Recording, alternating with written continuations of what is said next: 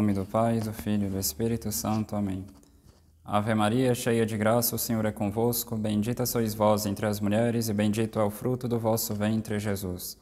Santa Maria, Mãe de Deus, rogai por nós, pecadores, agora e na hora de nossa morte. Amém. Ó Maria, concebida sem pecado, rogai por nós que recorremos a vós. Nossa Senhora das Dores, rogai por nós. São Luís Maria Grion de Montfort, rogai por nós. São Tomás de Aquino, rogai por nós. Em nome do Pai, do Filho e do Espírito Santo. Amém. Então, chegamos à nossa terceira aula sobre a consagração à Nossa Senhora. E essa é a última aula introdutória, ou seja, é a última introdução que estou fazendo de alguns termos, de uma noção geral do tratado, antes de entrarmos no detalhe no texto do livro de São Luís de Montfort. Bom, o objetivo seria basicamente o seguinte: proporcionar uma leitura correta de tudo que se tem no tratado.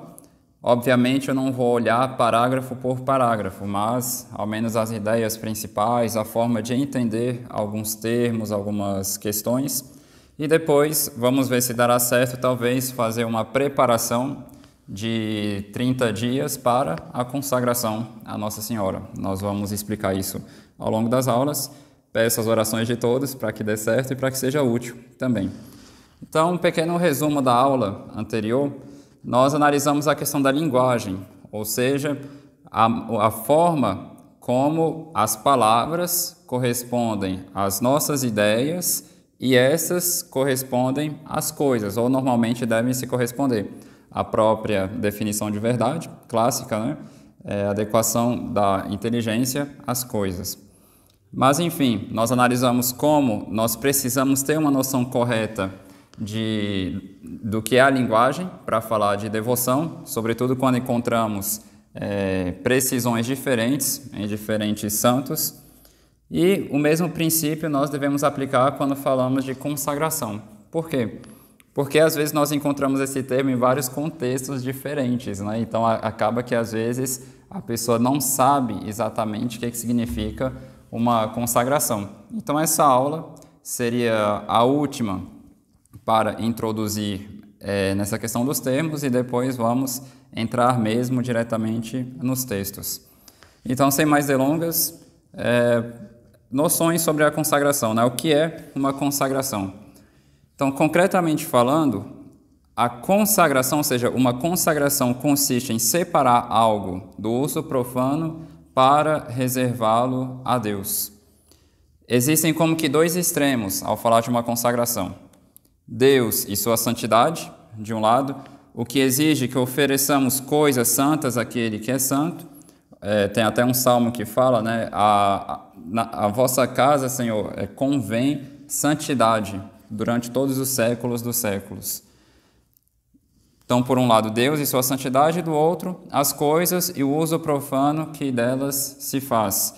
Profano aqui não é no sentido de algo pecaminoso, necessariamente, é unicamente no sentido de um uso secular, ou seja, para as coisas do mundo, que não são necessariamente pecaminosas, mas fala-se profano em oposição ao fato de ser algo reservado para o uso sagrado.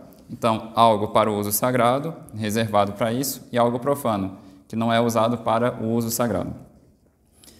Então, um objeto consagrado por este ato de consagração, separado para Deus. Então, eu falei, de um extremo tem Deus e sua santidade, do outro, o uso profano que se faz das coisas, né? O que acontece quando consagramos uma coisa é como se colocássemos um objeto que era do uso profano nesse meio termo, ou seja, existe Deus e sua santidade, existem essas coisas sagradas e depois as coisas profanas. Esse objeto deixa de ser profano, mas ele não é Deus, né? Deixa de ser profano, mas também não está no outro extremo, não é Deus. Mas ele é, em certo sentido, revestido da santidade de Deus. Eu vou explicar isso.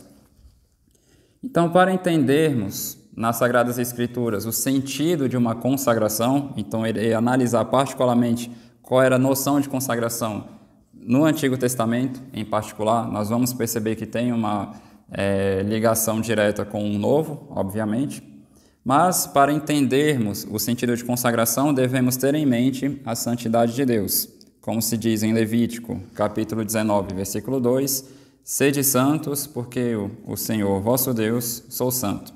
Não tem como pensar em algo sagrado e em algo consagrado sem pensarmos na santidade de Deus. É algo intimamente ligado e vocês vão entender, espero, o porquê.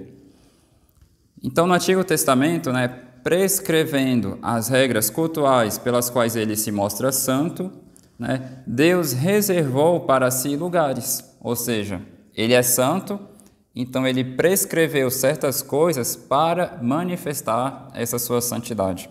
Então Deus reservou, ou seja, ele separou para si lugares. Então temos exemplo da Terra Santa, santuários, o templo.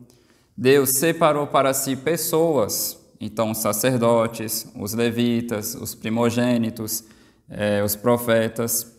Deus separou para si objetos, oferendas, vestes e objetos de culto. Deus reservou para si tempos, ou seja, o sábado, os anos jubilares. Todas essas coisas foram consagradas a Deus por ritos específicos e precisos. Então eram os ritos de oferendas, sacrifícios, dedicácias, unções, aspersões de sangue e assim por diante. E por este próprio fato, ou seja, o fato de consagrar esses lugares, coisas, templos e objetos a Deus, eles eram proibidos de voltarem ao uso profano. Tiramos algo do uso profano, uma vez que isso pertence a Deus, não deve mais voltar para o uso profano. Era a noção de consagração. Então, assim, por exemplo, a Arca da Aliança não devia nem mesmo ser olhada pelos levitas. A gente encontra isso em Números 4, no versículo 1 ao 20. Os sábados não deviam ser profanados. Ezequiel 20, versículo 12 ao 24. E o comportamento dos sacerdotes era submetido a regras particulares mais exigentes que as leis comuns. Basta ver Levítico capítulo 21. Ou seja, sendo algo separado para Deus, não podemos tratar isso de qualquer forma, pois é algo santo reservado para o santo. Então, na vida moral dos sacerdotes da antiga lei, era esse o sentido das prescrições a eles dadas. As prescrições dadas a eles. Era esse o objetivo, e não simplesmente a observância infrutífera das leis. Então era a repreensão que fazia São Paulo Apóstolo aos judeus por se limitarem unicamente a viverem as prescrições da lei sem entenderem o sentido dela, que era santificar eles, ou seja, eram pessoas reservadas para Deus, então precisavam de práticas que marcassem e que pudessem também manter essas pessoas nesse estado de sacralidade. Então, São Paulo diz, Romanos 2, versículo 28 ao 29, não é verdadeiro o judeu que o é exteriormente, nem verdadeira circuncisão a que aparece exteriormente na carne, mas é judeu o que o é interiormente. E verdadeira circuncisão é a do coração, segundo o espírito da lei e não segundo a letra. Ou seja, tinha um espírito por trás daquela letra, por trás daquela prescrição. Eles eram reservados para Deus, então eles precisavam de uma regra específica para manifestarem e se conservarem nessa santidade de Deus. Então, São Paulo, continuando, tal judeu recebe o louvor não dos homens, e sim de Deus. Ou seja, aquele que vive a verdadeira circuncisão, que era um rito externo, mas que devia realizar algo interno, a circuncisão do coração, como diz São Paulo. Então, esses ritos foram meios estabelecidos por Deus para santificar tais coisas, pois, sendo Ele a própria santidade, é Ele que santifica as coisas, livremente. Ou seja, não é uma espécie de energia que sai de Deus e santifica as coisas, não. É porque Ele quer santificar pessoas, coisas, objetos e lugares, mas livremente. É como alguém que tem grandes tesouros, digamos, alguém da nobreza que vai quer presentear alguém que ele pretende conquistar, então ele dá das suas riquezas para essa pessoa, né? Então dá um anel de ouro, algo do tipo, então começa a revestir de alguma forma a pessoa das suas próprias riquezas. Então Deus livremente, né, para o nosso bem e para a sua própria glória, ele reveste certas coisas e pessoas da sua santidade. Então, apesar dessas coisas serem santificadas por Deus, existe entre elas e a santidade divina uma distância infinita. Apesar delas serem santas, entre elas e Deus a distância é infinita. E essa distância infinita era expressa pelos ritos do Antigo Testamento. Assim, o grande sacerdote não podia entrar senão uma vez no ano, né, no Santo dos Santos, que era aquela parte reservada no templo, né, para se oferecer coisas minuciosas, né, era todo um rito, né, de oferta dada a Deus, tudo mais, era tudo muito bem prescrito, né, era algo bem minucioso. Então, é preciso distinguir entre a santidade própria a Deus e o caráter sagrado que arranca do profano certas pessoas e certos objetos, colocando-os em um estado intermediário que esconde e manifesta ao mesmo tempo a santidade de Deus. Então é interessante porque o grande sacerdote só podia entrar uma vez por ano nesse lugar onde eles sabiam que eles conversavam diretamente com Deus, não necessariamente por revelações, aparições, mas Deus estava ali realmente escutando eles. Então, Deus, sendo santo, se exigia deles uma preparação única para esse momento único, né? Então, eram formas de manifestar a santidade de Deus. Então, essas coisas santas, consagradas a Deus, buscam manifestar a bondade e a santidade daquele que a santificou. Então, é um respeito que é devido a Deus. Então, dá um exemplo atual de um objeto consagrado, o cálice que a gente usa para a Santa Missa. Ele é consagrado, né? Ou seja, ele é separado do uso profano, nós arrancamos esse objeto do uso profano e agora ele está reservado para o culto divino.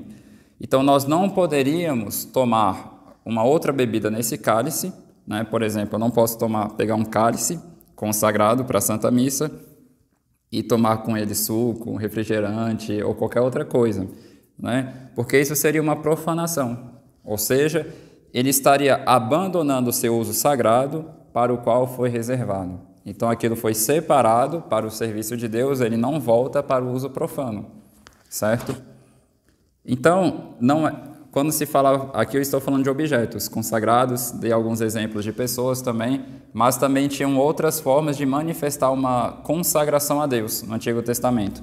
O próprio povo de Israel, que era o povo eleito, ele foi colocado à parte entre as nações, ou seja, tinham todas aquelas nações, Deus separou uma para si, né? Consagrou uma para si, tornando-se assim, né, Israel, o domínio particular de Deus, um povo de sacerdotes, um povo santo.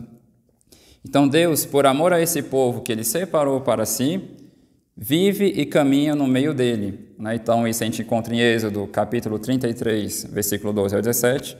Ele se manifesta a esse povo que ele guardou para si, pela nuvem, pela Arca da Aliança, e também tem vários momentos no Antigo Testamento em que Deus mostra que não só ele puxou esse povo para si, mas ele quer conviver com eles, né? Como um amigo, né? Como Deus deles, como pastor deles.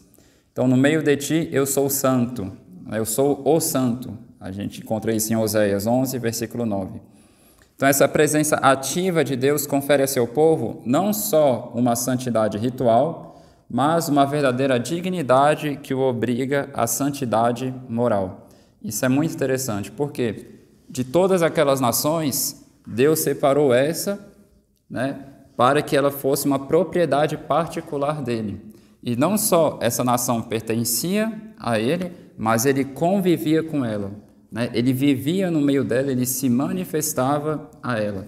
Então, esse cuidado que Deus tinha por esse povo levava ele, né, a uma certa obrigação de se comportar santamente diante daquele que é santo, né? A viver uma vida que corresponda à dignidade deles que foram escolhidos para serem a propriedade de Deus. Então era muito interessante. Deus pegou eles do meio do mundo profano, por assim dizer, para que eles fossem uma nação eleita, né, reservada para Ele. Então eles tinham que ser bem gratos a isso, sobretudo vivendo a santidade que lhes era exigida. Então, assim sendo, o que Israel devia fazer? Ele devia se purificar, ou seja, se lavar de toda sujeira, o que era incompatível com a santidade de Deus. Né? Eles deviam fazer isso antes de assistir às manifestações de Deus ou de participar do culto. Êxodo 19, versículo 10 ao 15.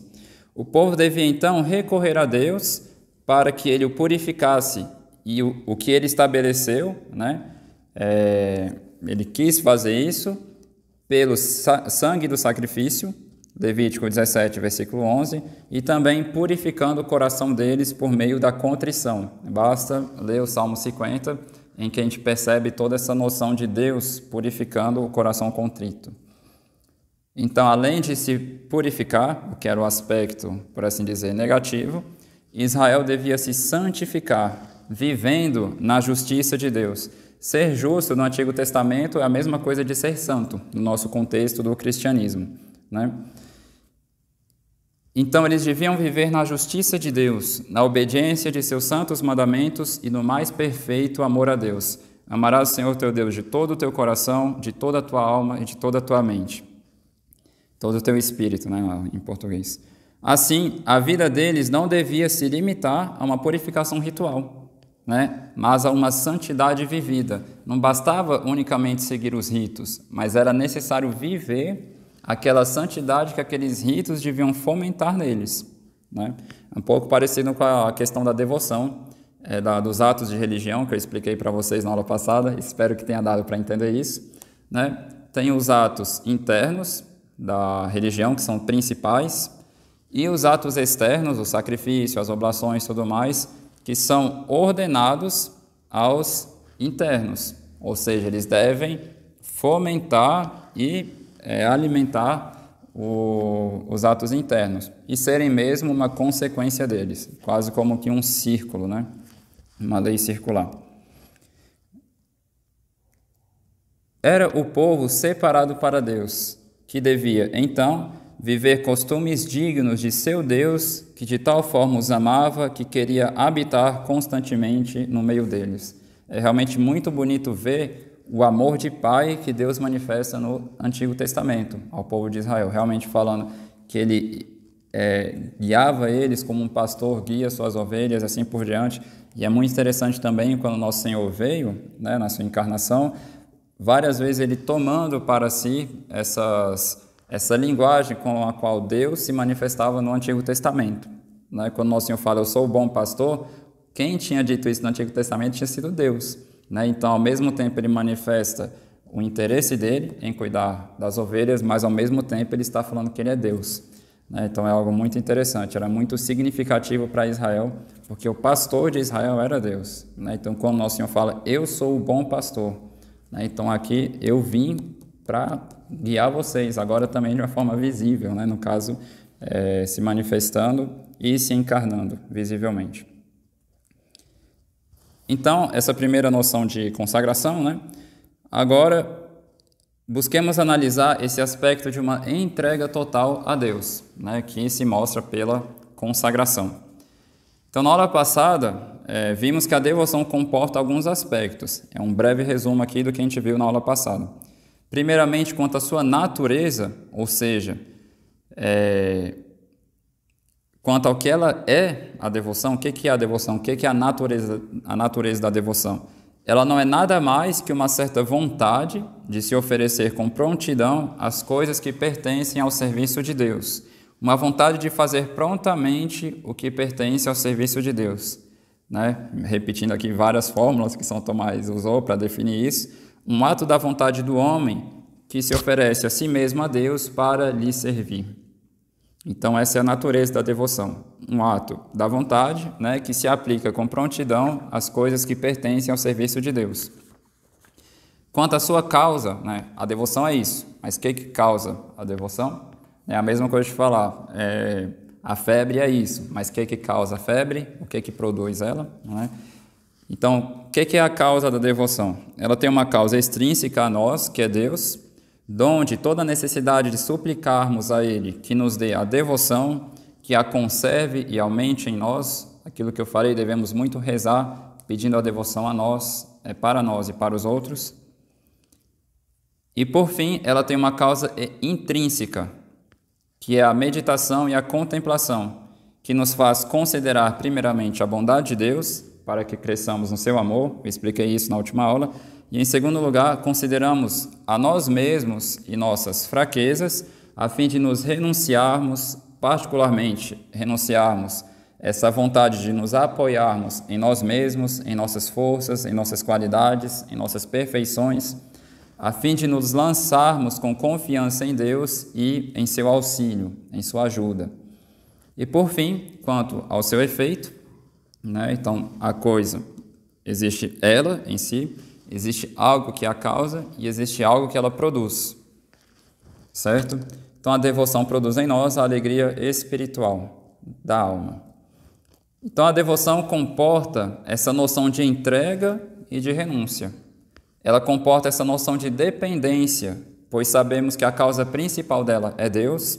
Ela comporta essa noção de considerarmos constantemente nossa condição e a bondade de Deus.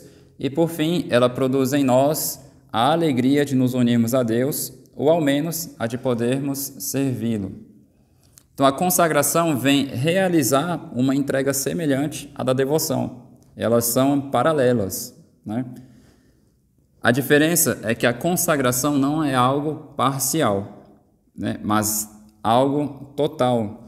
Ela manifesta o aspecto de dependência de Deus, assim como a devoção, na sua causa extrínseca, pois sabemos que algo consagrado pertence inteiramente a Ele.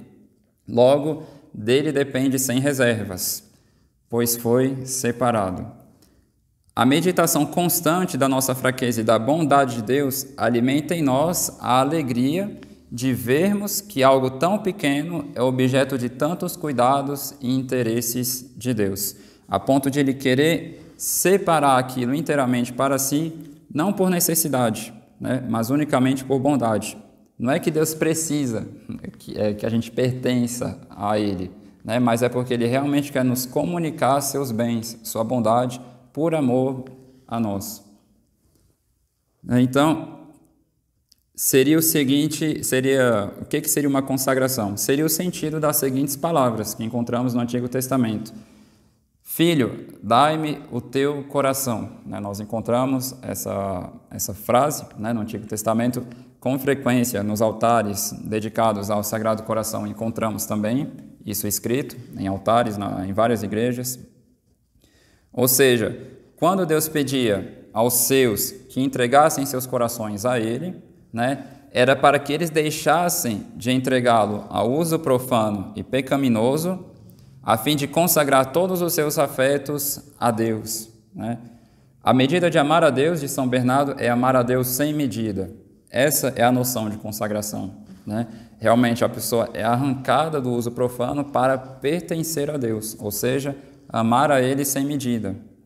E São Francisco de Sales tem também uma bela fórmula, uma bela frase que descreve como ter um coração consagrado a Deus. Ele dizia: se eu soubesse de uma só fibra de afeição em minha alma que não fosse de Deus, em Deus e para Deus, eu me desfaria dela imediatamente.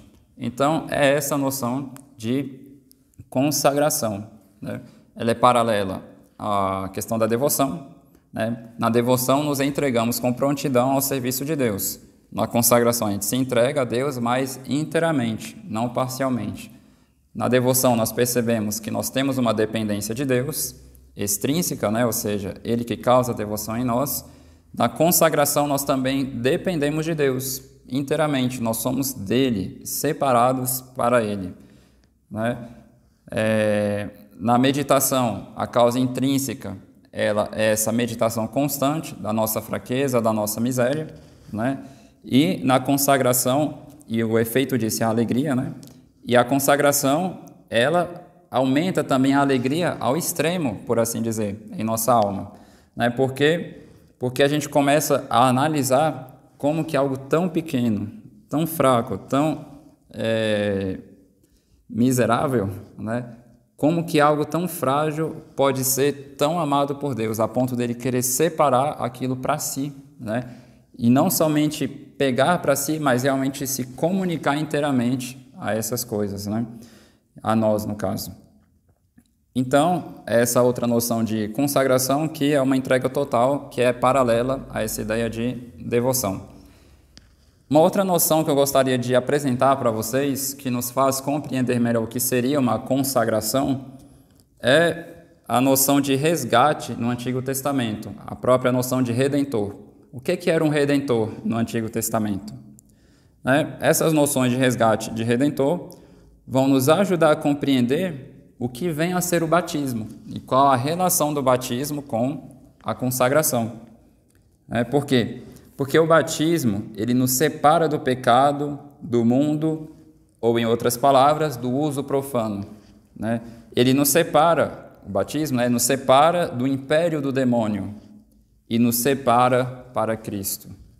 Ele nos arranca de uma coisa e nos reserva para Cristo, fazendo-nos por Ele, com Ele e nele, filhos de Deus. Então, o batismo nos arranca do poder do demônio e, por Cristo, com Cristo e em Cristo, faz de nós filhos de Deus, nos separa para Deus. O cristão é, portanto, pelo seu batismo, separado, reservado para Deus, devendo, então, muito mais que as pessoas do Antigo Testamento, viver essa santidade que corresponde a esse alto estado de filhos de Deus por adoção. Então, assim como Deus, quando separava Israel, dentre as nações, para que ela fosse uma propriedade sua, e isso exigia daquele povo uma santidade moral, o que dizer então de Deus que agora separa cada um de nós pelo batismo, a fim de sermos seus filhos? É algo realmente que a gente não tem muita noção do que é isso, ser filho de Deus. É realmente o ápice da bondade de Deus, poderíamos dizer, em relação a nós. A misericórdia dele se manifesta particularmente tornando-nos seus filhos.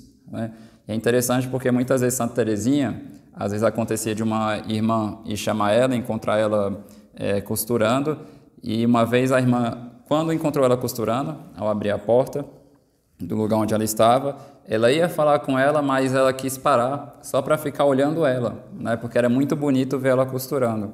E depois, quando ela foi falar com ela, ela disse, mas o que você está fazendo, que você está tão recolhida? E ela começou a falar, eu estou pensando nas palavras do Pai Nosso, como é bom chamar Deus de nosso Pai. Então, realmente, quando os santos paravam para mastigar essa verdade, eles realmente não sabiam nem como agradecer a Deus, concretamente, de tão grande bem que Ele nos dava. Mas, enfim, continuando aqui, para não enrolar demais a aula, a ideia de redenção pressupõe, em relação ao homem, uma situação da qual ele não pode se resgatar, um estado de miséria e, com frequência, sujeito à morte. Vocês vão entender, espero. No Antigo Testamento, um redentor era alguém que arrancava uma pessoa de uma escravidão, ou de tal estado em que ela se encontrava, onde ela estava condenada à morte e não tinha como se libertar. Então, redenção é uma palavra latina derivada de duas palavras, comprar e libertar. E acontecia, por exemplo, essa redenção em contextos de guerra. Então, quando uma pessoa se tornava escrava de alguém depois dessas guerras, ou seja, quem perdeu, aquele que comprava a liberdade do escravo, ele que comprava essa liberdade de volta, ele era chamado de redentor, ou seja, ele libertava a pessoa por essa compra. O redentor tirava, então, a pessoa de um estado de escravidão, de miséria. Aquela pessoa estava naquele estado, ela não tinha meios para sair daquele estado, e alguém exterior a ela vinha, por algum motivo, comprar ela e redimir ela, ou seja, restituir a ela a liberdade. Era um redentor dessa pessoa. Então, no êxodo de Israel, quando Deus arrancou eles do Egito, ele fez isso, Deus, para amarrar esse povo assim. Deus arrancou o seu povo da escravidão do Egito para amarrá-lo a si, apegá-lo a si. Então a gente encontra isso em Êxodo 6, versículos 6 ao 7.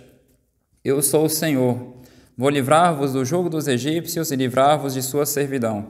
Estenderei o braço para essa libertação e manifestarei uma terrível justiça. Eu vos tomarei para meu povo e serei vosso Deus.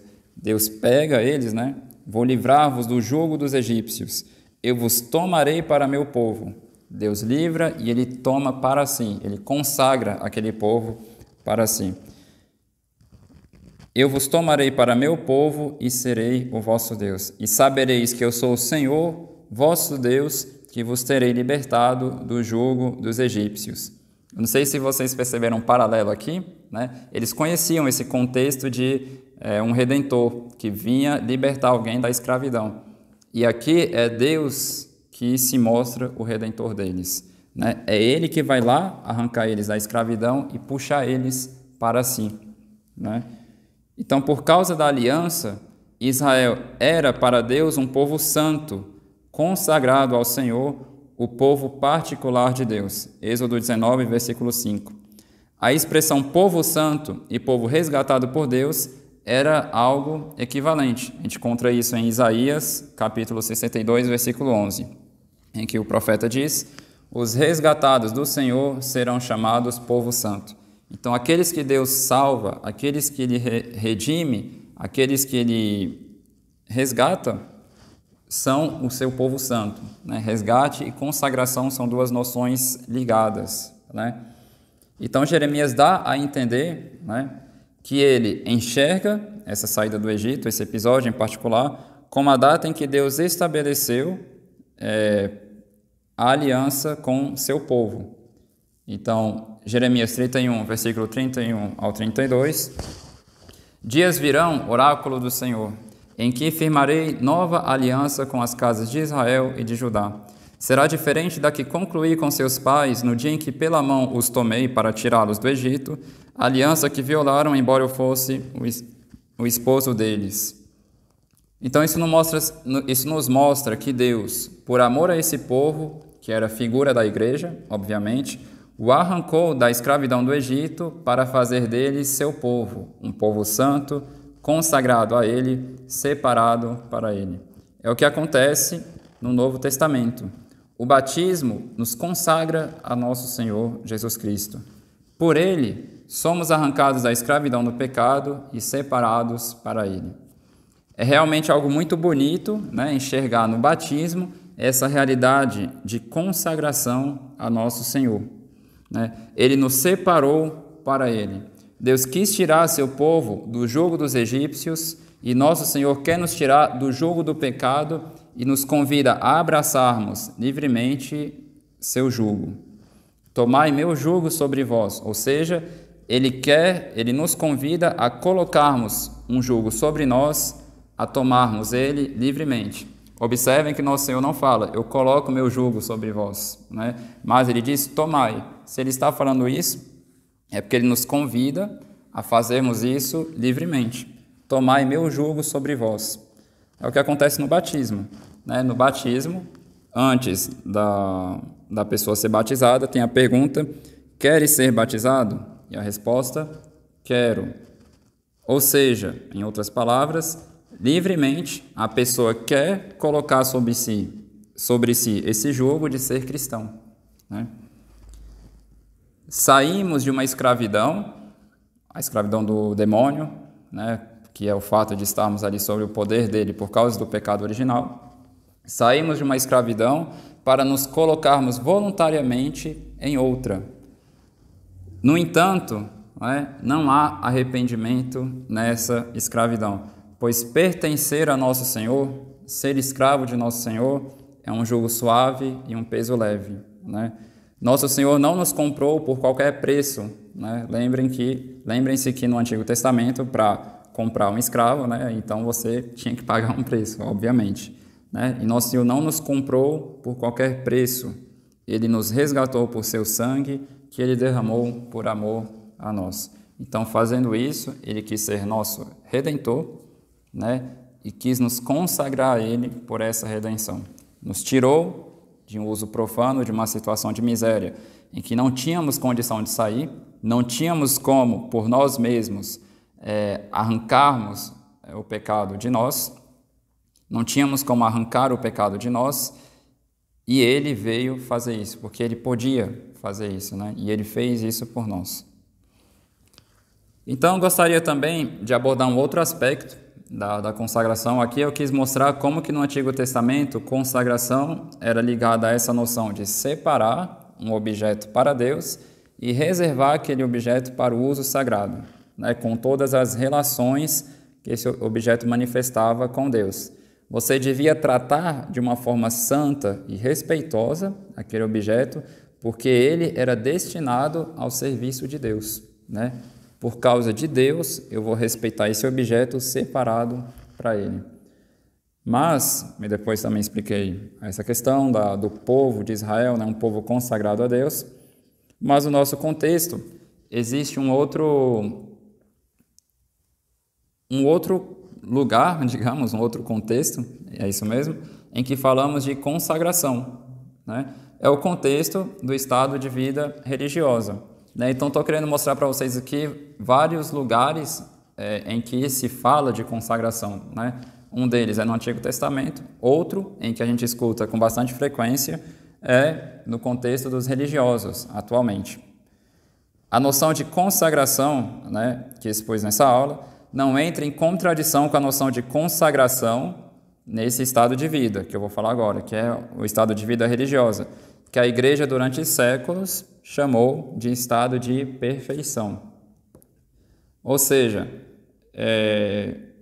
com frequência, a gente escuta falar que essas pessoas, né, os religiosos, são pessoas consagradas a Deus.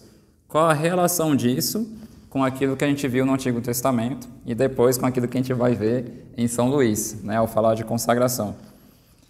Então, primeira coisa, o que é a vida religiosa? O que é esse estado de perfeição? Para falar de um estado de perfeição, devemos entender o que é a perfeição cristã, particularmente. A perfeição cristã consiste na caridade, como muito bem explica São Tomás de Aquino.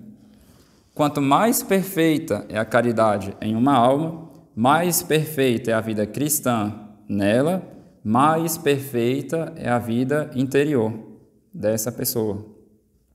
O amor a Deus, nos unindo mais perfeitamente à sua vontade, nos levará a amar o próximo, já que olhamos e amamos o outro com o olhar e com o coração de Deus, por assim dizer. É o que faz a caridade.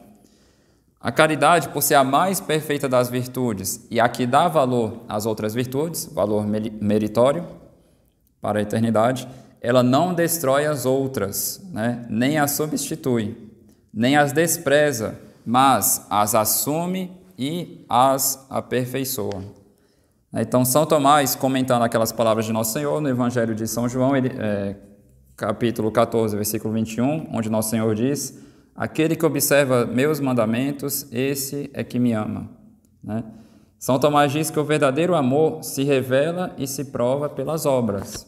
Né? Porque se a pessoa ficar com isso na cabeça, o importante é o amor, então ela não faz esforço para praticar a temperança, a justiça, a prudência, porque o importante é o amor. É um exagero, porque a caridade ela não destrói as outras virtudes, muito pelo contrário, ela assume elas, fortalece elas, embeleza elas, né? E dá valor a elas.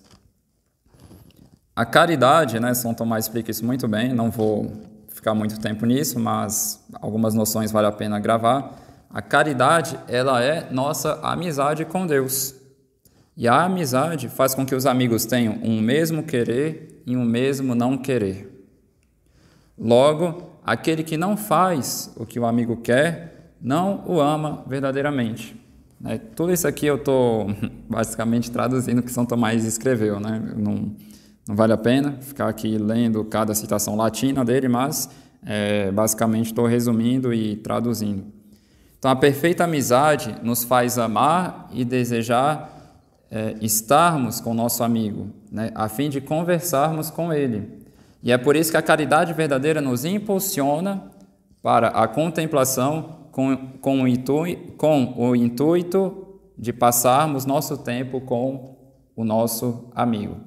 Então, assim como nós nos alegramos do fato de estarmos com o nosso amigo e também nós desejamos estar com ele de novo, a caridade, quanto mais perfeita ela se torna numa alma, maior é o desejo da pessoa de querer estar com Deus, particularmente pela oração, que é o momento em que ela pode conversar com seu amigo, já que a caridade é nossa amizade com Deus. Então, a perfeição cristã é isso, a perfeição da caridade, certo? Todo católico deve buscar a perfeição cristã, ou seja, a perfeição da caridade, é uma obrigação de todo católico.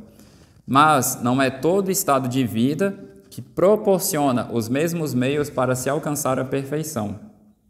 Então, São Tomás de Aquino, ele diz que a vida religiosa é uma certa disciplina ou um exercício para se alcançar a perfeição. Ele chega até a chamar o estado de vida religiosa de escola de perfeição, né? Isso acontece por causa dos votos de pobreza, de castidade e de obediência, que são os conselhos dados por Nosso Senhor, donde toda a sua importância, né? Por que Nosso Senhor dá esses conselhos? A fim de que o homem chegue mais facilmente, seguramente, rapidamente e perfeitamente à perfeição cristã. É interessante porque, estudando para revisar nessa aula, eu encontrei essa expressão em São Tomás de Aquino. É possível que São Luís tenha pego dele, né? Porque São Tomás de Aquino, ao falar do estado de vida religiosa, ele fala que ela nos conduz à perfeição cristã por causa dos votos ou dos conselhos evangélicos, né? Mais facilmente, seguramente, rapidamente, perfeitamente, a perfeição cristã. E São Luís usa esse mesmo termo em relação à devoção a Nossa Senhora, né? Obviamente, a devoção a Nossa Senhora vai ajudar um religioso a mais perfeitamente viver o seu estado de vida, né? Como eu falei na primeira aula. Mas não colocar em contradição essas duas realidades, a vida religiosa e a consagração a Nossa Senhora. Não faz nenhum sentido isso, né? Mas, enfim, o homem, por esses votos, né, o que São Tomás de Aquino nos explica, afasta de si os cuidados das coisas temporais, ainda que sejam coisas lícitas, a fim de se entregar mais perfeitamente a Deus, a fim de que o movimento de seu coração, expressão do próprio São Tomás de Aquino, não seja impedido de se dirigir a Deus. Os conselhos evangélicos, ou seja, os 3 votos, são instrumentos de perfeição dados por nosso Senhor Jesus Cristo. Então, o que acontece? A perfeição cristã consiste na perfeição da caridade. Todos nós, né, devemos buscar a perfeição cristã, mas não é todo estado de vida que proporciona os mesmos meios para se atingir esse objetivo, né? Então, digamos, é a mesma coisa de dizer, digamos que todo mundo mora a 30 quilômetros de uma igreja, certo? Algumas pessoas, todo mundo quer ir para essa igreja no domingo. Algumas pessoas vão de bicicleta, outras vão a pé, outras vão de ônibus, algo do tipo. Outras terão um carro, né, e assim por diante. Todo mundo está indo para o mesmo lugar, mas não são todos que proporcionam de meios, né, que vão facilitar com que ela chegue, né, mais perfeitamente, seguramente e assim por diante, ao fim, ao objetivo.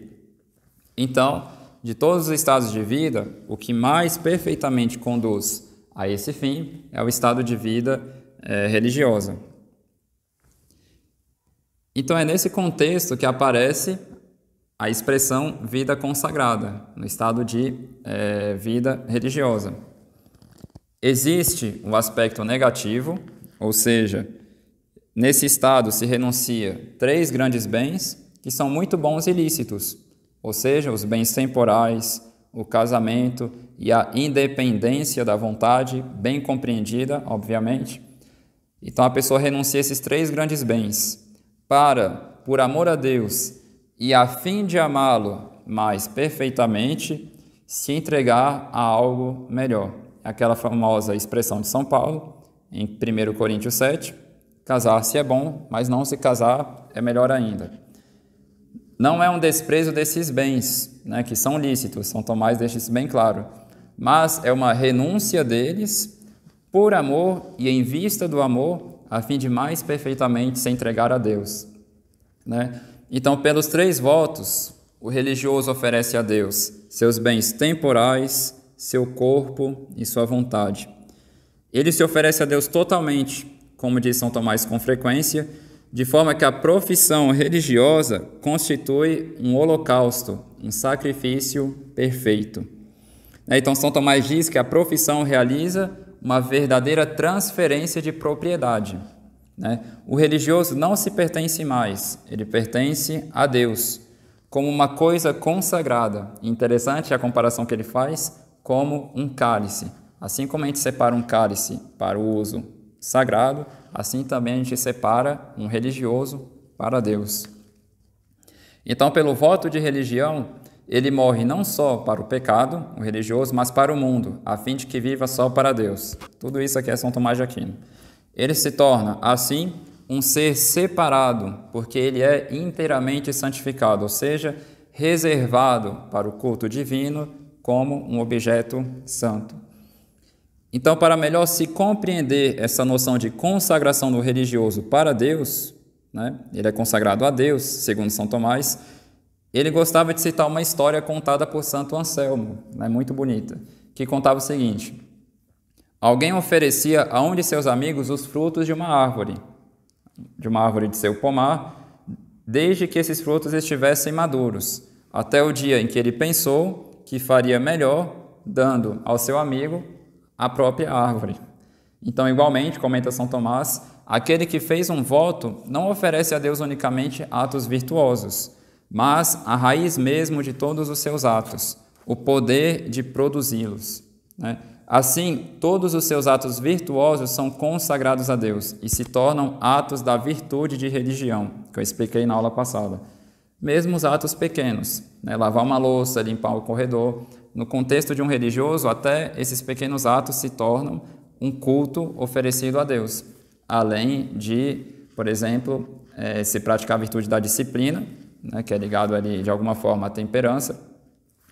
Além de se praticar essa virtude, a pessoa pratica a virtude da religião, né? O mesmo ato se torna um ato de 2 virtudes. Ou seja, o religioso não consagra a Deus apenas alguns instantes de vida, mas toda a sua vida sem reservas. Então a pessoa é separada para se dedicar a Deus, deixando de lado os principais obstáculos ao exercício da caridade, né? Então, normalmente, várias vezes Nosso Senhor mostra isso no Evangelho, não que essas coisas sejam ruins em si, né? Não que seja impossível se santificar tendo bens terrenos, se casando, ou seja, a posse dos prazeres do corpo, que são lícitos e santos no casamento, ou então dispondo da forma que a pessoa quer, da sua própria vontade. Não que essas coisas em si sejam ruins ou impeçam de ir para o céu, mas, na maioria dos casos, acaba sendo um obstáculo para que a pessoa consiga mais perfeitamente se entregar a Deus, né? Mais perfeitamente conversar com seu amigo, né? Por isso que existe um estado de vida perfeito, que justamente as pessoas removeram esses obstáculos. Isso tudo é o que explica São Tomás de Aquino, né? A fim de mais perfeitamente alcançarem a caridade. Lembrem desse aspecto de instrumento dos conselhos evangélicos. O objetivo não é simplesmente fazer voltas, né? O objetivo é remover obstáculos, pesos, por assim dizer, para mais facilmente, mais perfeitamente, mais rapidamente, mais seguramente alcançar a perfeição cristã. Então a pessoa ela é separada para se dedicar a Deus. A noção de consagração aplicada ao estado de vida religioso. Quando se fala então de se consagrar o corpo a Deus, quer-se com isso dizer que esse corpo é separado, né, assim como a gente separa algo do uso profano, esse corpo é separado de qualquer outro uso pelo voto de castidade, a fim de se dedicar mais perfeitamente a Deus. segundo a expressão de São Paulo Apóstolo, né? 1 Coríntios 7, versículo 34 a 35. Aquela que não é casada cuida das coisas do Senhor, para ser santa no corpo e no espírito. Mas a casada cuida das coisas do mundo, procurando agradar o marido. Digo isso para vosso proveito, não para vos estender um laço, para vos ensinar o que melhor convém, o que vos poderá unir ao Senhor sem partilha. Né? São Paulo Apóstolo. Ele oferece esse meio, né? a castidade, o voto de castidade, porque a castidade também existe, uma castidade própria dos casados, mas ele oferece esse meio, né? Essa consagração total do corpo para Deus, ou seja, a pessoa separa o corpo dela para Deus, a fim de que ela possa se unir a Deus sem partilha. Então é importante falar disso, pois no contexto da igreja, a vida religiosa é a mais perfeita expressão de consagração a Deus. Inclusive, São Luís de Montfort vai se inspirar na consagração feita na vida religiosa para falar da sua consagração a Nossa Senhora, né? Para mostrar o que tem de diferente também, o que tem a mais que se oferece na consagração a Nossa Senhora, mas permanece o estado de vida perfeito. É verdade que São Tomás fala, né, também, e antes mesmo de falar dos religiosos, do estado de vida episcopal, né? Ou seja, o estado de vida perfeito, por excelência, é o estado de vida do bispo, né? Trata-se de um estado de vida perfeito, né? Pois esses estados de vida se assemelham mais ao tipo de vida que Nosso Senhor Jesus Cristo teve sobre a terra, né? Dom de toda a sua perfeição. Isso não quer dizer que as pessoas que entram neles sejam perfeitas, né? Não é o simples fato de ser bispo que torna ele santo, não é o simples fato de ser religioso que torna ele santo, né? Mas nesses estados perfeitos, por quê? Porque se assemelham mais ao tipo de vida que Nosso Senhor teve, eles devem tender à perfeição e entrar nele em vista dessa perfeição da caridade. É o objetivo desses estados de vida, né?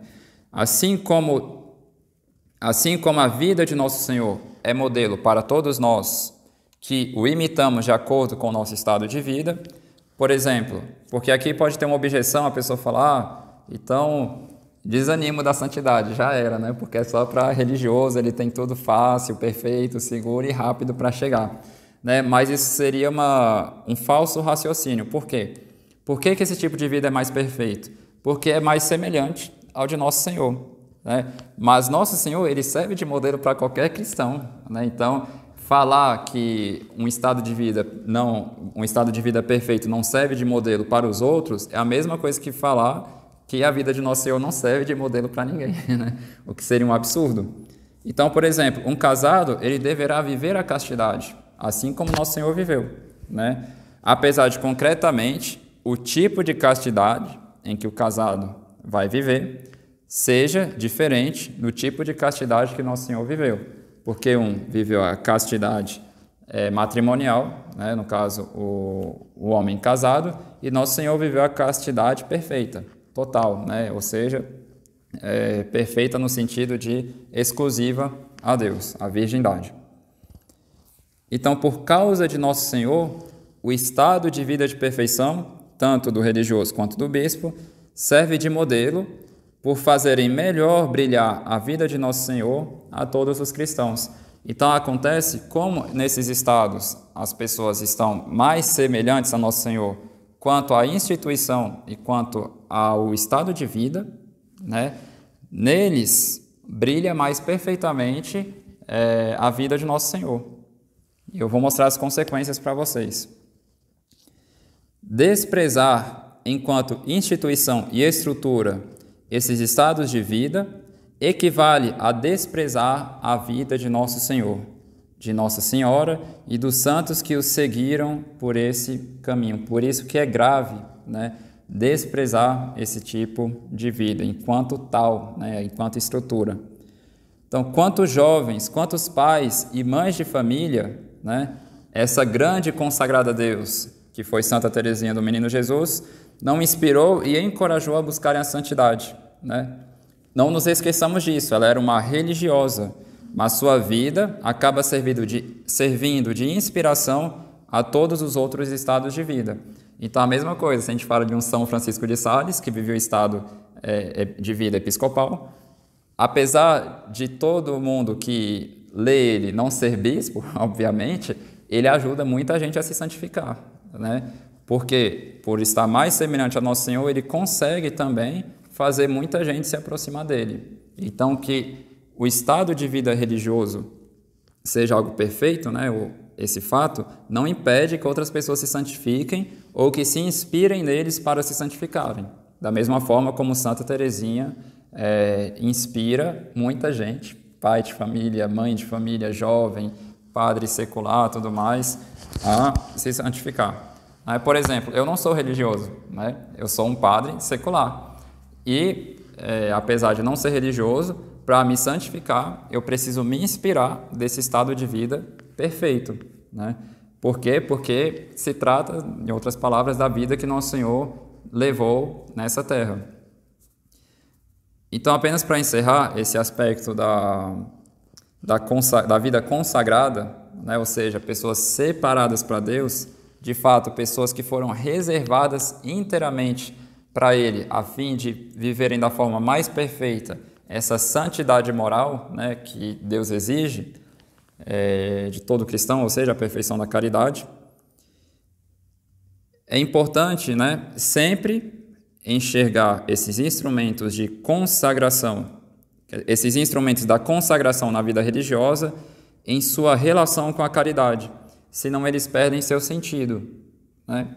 Ou seja, se a gente perde de vista o objetivo, não faz sentido mais, né, os conselhos evangélicos. Nosso Senhor deu esses conselhos, Ele viveu os conselhos a fim de que as pessoas tivessem, né, com mais facilidade, segurança, perfeição e velocidade, não lembro mais agora qual é a outra que eu falei, mais rapidez, com que Nosso Senhor ofereceu isso, a fim de que essas pessoas pudessem alcançar a perfeição, ou seja, a caridade. Então, Santa Teresinha do Menino Jesus, também nesse aspecto, foi bem tomista, né? Apesar de nunca ter lido São Tomás de Aquino.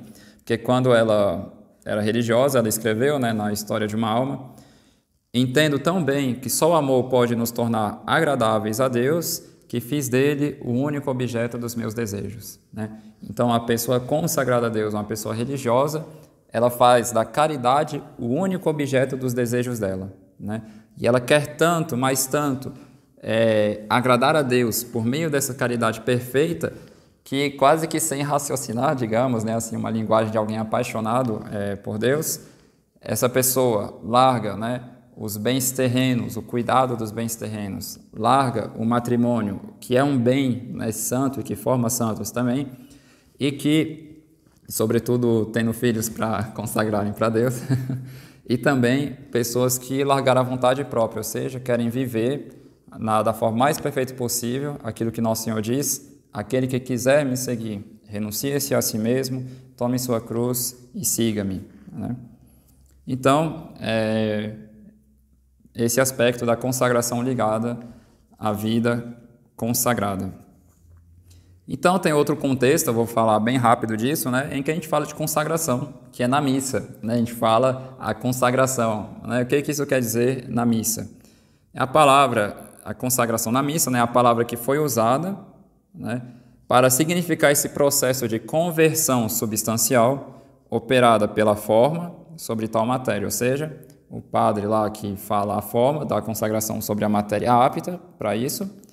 Então, o que ele faz? Existe o processo de conversão substancial, a expressão de São Tomás, mais conhecida como transubstanciação, né? É ali a realidade da transubstanciação, o sacramento, né, da Eucaristia. Então, o pão é a matéria que dará lugar ao sagrado por excelência, né? Lembrem-se, consagração, separar do uso profano para reservá-lo ao sagrado, né, ao culto divino. Então, o pão, ali na Santa Missa, é a matéria que vai ser tirada, vai ser consagrada, né, para deixar lugar ao sagrado por excelência, ou seja, Nosso Senhor Jesus Cristo, que se torna presente substancialmente. É o processo da transubstanciação, estando ali com seu corpo, sangue, alma e divindade, realmente presente na Eucaristia. Então, a gente usa essa palavra de consagração na Eucaristia, por mais que seja um uso um pouco mais afastado, né, daquela noção do Antigo Testamento ou então da vida consagrada, a gente consegue perceber uma semelhança, né? E por fim, depois de falar de consagração segundo todo mundo, né, finalmente eu preciso falar também de São Luís de Montfort. Mas eu gostaria bem de apresentar isso a fim de que fizesse mais sentido algumas coisas, né? Ao menos uma noção um pouco mais consciente do que é uma consagração e de como que essa palavra foi usada na vida da Igreja, né? Na história da redenção em geral. Então, ao apresentar a sua consagração, São Luís apresenta primeiramente todo o longo trabalho que o levou a chegar à conclusão de que o interesse dessa devoção que ele ensina é grande, né? Então, antes de apresentar o que é essa consagração, ele mostra que ele tem motivo para querer inculcar isso nas pessoas, né? Então, isso está no tratado no número 118, no parágrafo, né, 118. Depois de ler quase todos os livros que tratam da devoção à Santíssima Virgem e de conversar com as pessoas mais santas e instruídas destes últimos tempos, declaro firmemente que não encontrei nem aprendi outra prática de devoção à Santíssima Virgem semelhante a esta que vou iniciar. Se eu não me engano, acho que eu escrevi errado, indicar. Acho que ele diz isso. Semelhante a esta que vou indicar, que exija de uma alma mais sacrifícios a Deus, que a despoje mais completamente de seu amor próprio, que a conserve com mais fidelidade na graça e a graça nela, que a una com mais perfeição e facilidade a Jesus Cristo e, afinal, que seja mais gloriosa para Deus, santificante para a alma e útil ao próximo. Então, ele realmente, concretamente falando, ele não viu algo que produziu tão grandes efeitos, né, com seus próprios olhos. Depois, no parágrafo 120, ele diz, é o que dá uma base teológica ao que ele está fazendo, né, ao que ele viu concretamente acontecer, santificação de muitas almas, né? A mais perfeita devoção é aquela pela qual nos conformamos, unimos e consagramos mais perfeitamente a Jesus Cristo. Pois toda a nossa perfeição consiste em sermos conformados, unidos e consagrados a Ele. Ora, pois que Maria é, de todas as criaturas, a mais conforme a Jesus Cristo, segue daí que de todas as devoções, a que mais consagra e conforma uma alma a Nosso Senhor é a devoção à Santíssima Virgem, sua Santa Mãe, e que quanto mais uma alma se consagra a Maria, mais consagrada estará a Jesus Cristo. Eis porque a perfeita consagração a Jesus Cristo nada mais é que uma perfeita e inteira consagração à Santíssima Virgem. E nisto consiste a devoção que ensino, ou seja, que tipo de devoção ele ensina? Esta perfeita consagração a Jesus por Maria. Ou, por outras palavras, diz São Luís, uma perfeita renovação dos votos e promessas do Santo Batismo. Vale a pena aqui já se lembrar um pouco do que eu disse antes do batismo, né? A gente vai ver a aplicação que tem aqui. Então, do que São Luís afirma, podemos então dizer que se trata primeiramente de uma entrega ao nosso Senhor Jesus Cristo, mas que é feita pelas mãos de Maria, né? Então, quando São Luís fala de consagração, é uma entrega total a Jesus por Maria, primeiro aspecto. Em seguida, ele enxerga isso, né, a consagração, como uma renovação dos votos e promessas do batismo, ou seja, da nossa primeira consagração a nosso Senhor Jesus Cristo, porque foi no batismo, né, que aconteceu a nossa primeira consagração. De fato, né, como já falamos, foi o batismo que nos arrancou da escravidão do pecado e nos separou para Jesus Cristo, fazendo-nos pertencer inteiramente a Ele. Obviamente, existem suas particularidades, né? Mas, no fundo, não se trata de algo novo, mas de uma renovação, né? Não é uma inovação, mas uma renovação. Ou seja, fazemos de novo tal ação que em si não se repete, ou seja, o que se repete aqui não é o batismo, porque o batismo não se repete, obviamente, mas nós fazemos de novo ao menos os compromissos, né, que tal coisa nos engaja, ou seja, o batismo. O batismo nos separa para Cristo, e é preciso que toda a nossa vida corresponda a esse nosso estado.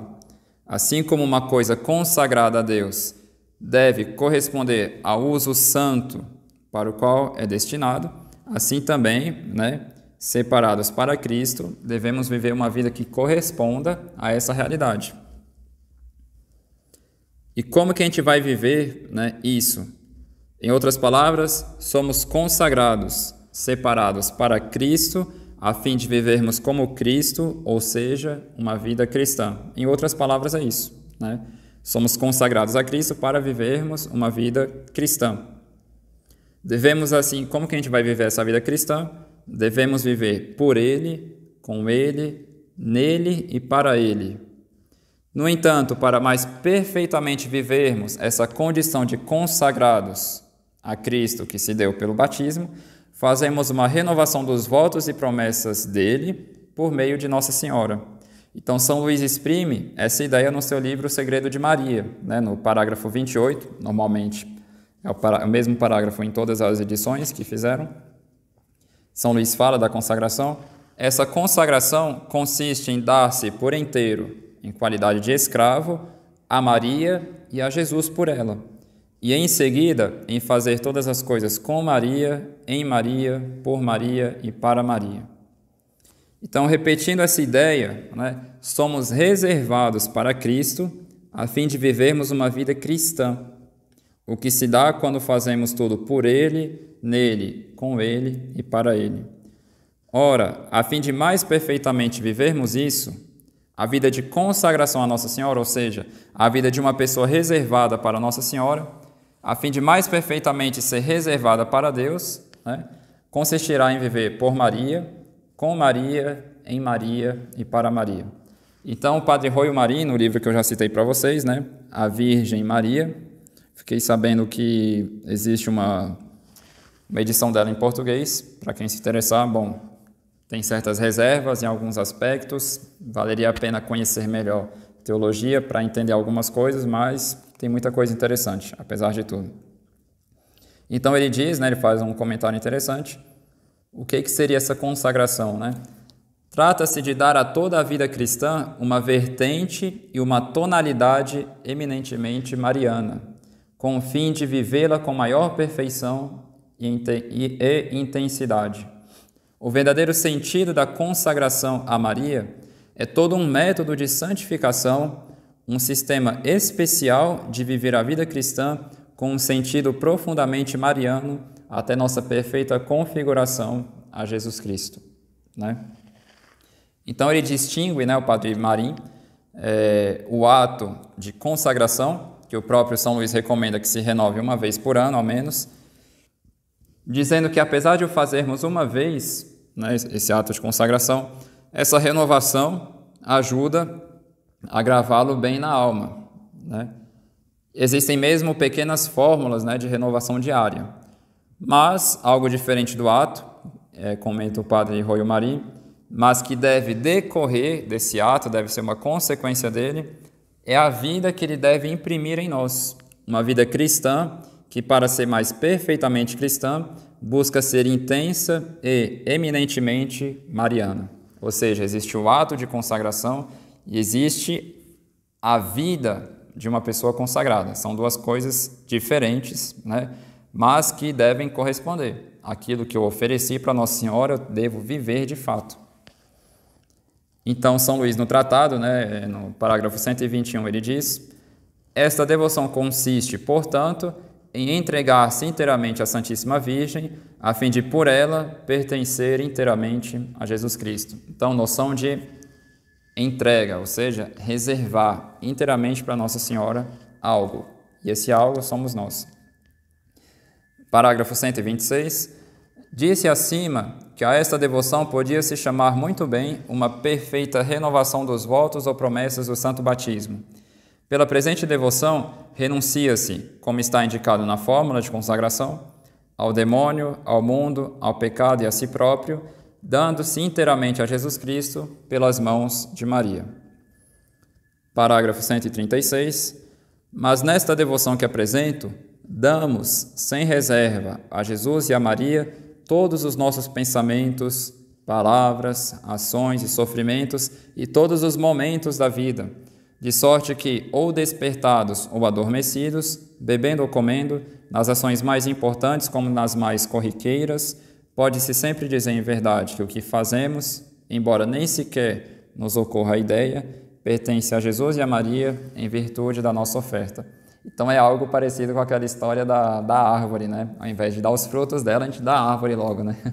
Então é algo parecido que São Luís explica aqui. Então todos esses detalhes serão bem explicados nas aulas posteriores, obviamente, quando trataremos diretamente do assunto, né? Aqui eu quis dar ênfase a esse aspecto de separação e de dedicação própria da consagração, né? Algo que se realiza em nós, particularmente pelo batismo, e que São Luís não negligenciou ao pregar a sua devoção. Ele não deixou de lado essa noção de batismo, né? A consagração feita no batismo. Então, como dito na primeira aula, né? Se ele está convicto que para se viver de forma cristã é preciso sermos bem marianos, é porque isso se funda na revelação, né? Não é algo que ele tirou da cabeça. Por que ele insiste tanto em consagrar as pessoas a Nossa Senhora, né? A fim de que elas vivam mais perfeitamente o batismo delas, ou seja, a consagração feita no batismo, né? É porque isso se funda na revelação, na sabedoria e na vontade de Deus, que quis, de forma belíssima e divina, orquestrar, harmonizar, né, assim todas as coisas, particularmente esse projeto de nos salvar pelos meios escolhidos por Ele, né? Então, gostaria de encerrar mostrando a importância que São Luís dá a essas práticas interiores no edifício da sua consagração, ou seja, nós somos batizados, consagrados a Nosso Senhor. Essa consagração, o batismo, deve nos fazer viver uma vida cristã, né? Mas, como que se vive uma vida cristã? Vivendo por Cristo, com Cristo, em Cristo e para Cristo.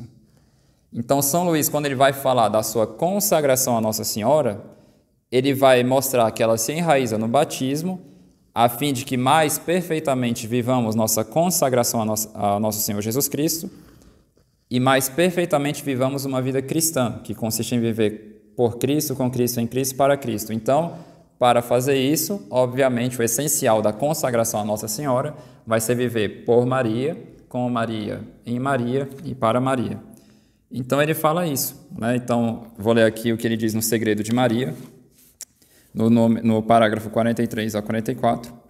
Ele diz o seguinte: essa devoção consiste, nessa devoção, ou seja, a consagração, em fazer todas as coisas com Maria, em Maria, por Maria e para Maria.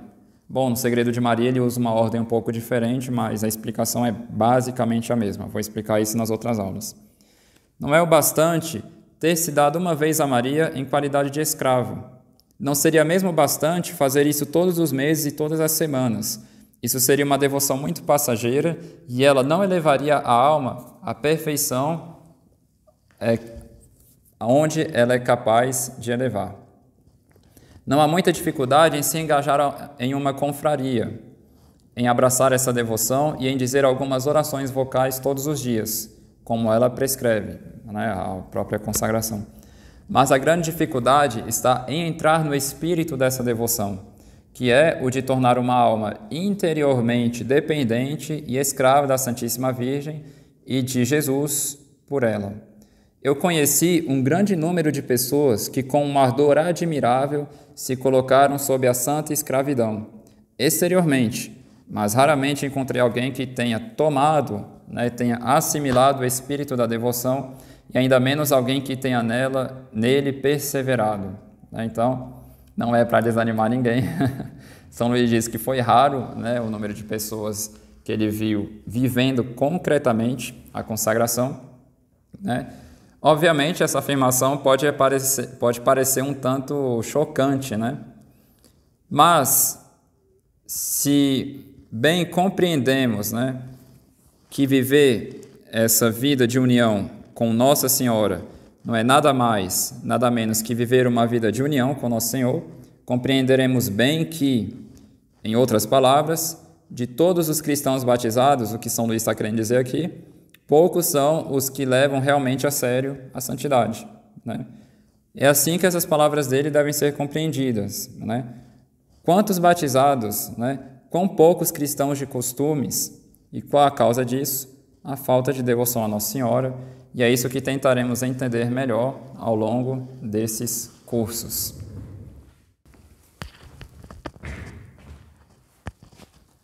Nomine Patris et Filii et Spiritus Sancti. Amen. Subitum presidium confundimus sancta Dei genitrix, nostras deprecationes ne despicias in necessitatibus, sed a periculis cunctis libera nos semper, Virgo gloriosa et benedicta. Amen. Nos cum prole pia, benedicat Virgo Maria.